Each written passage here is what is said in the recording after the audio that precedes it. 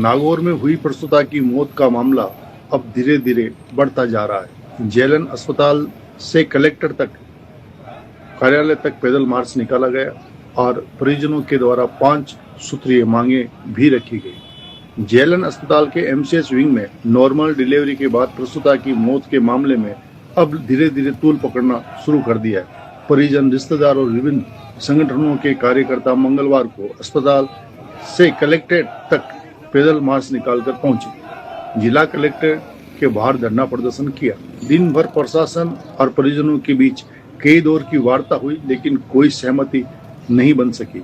इसके चलते देर शाम तक प्रसूता का पोस्टमार्टम भी नहीं हुआ।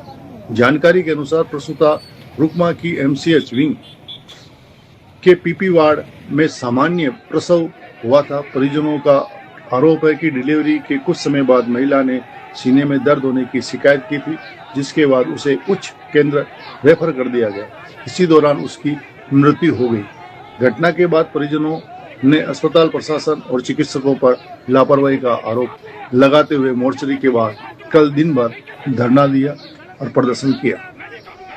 धरने के बाद आरएलपी कार्यकर्ता और कांग्रेस जिलाध्यक्ष हनुमान बांगड़ा सहित बड़ी संख्या में लोग भी इस धरने में शामिल हो गए।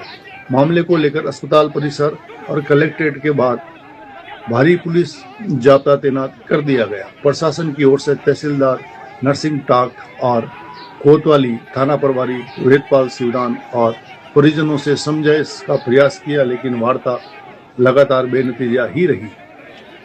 परिजनों ने 5 प्रमुख मांगे रखी है, जिसमें से मृतका के परिवार को 50 लाख रुपए का मुआवजा दिया जाए,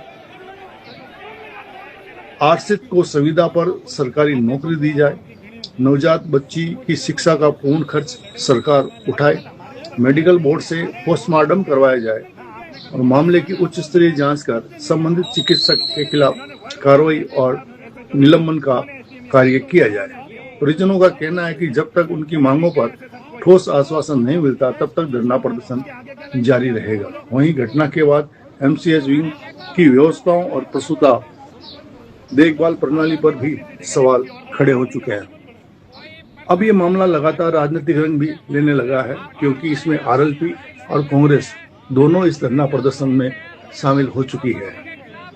कलेक्ट्रेट में प्रदर्शन करने आए लोगों के द्वारा प्रशासनिक अधिकारियों और पुलिस अधिकारियों के बीच तीखी नोकझोंक भी हुई, जिसे आप तस्वीरों में देख सकते हैं।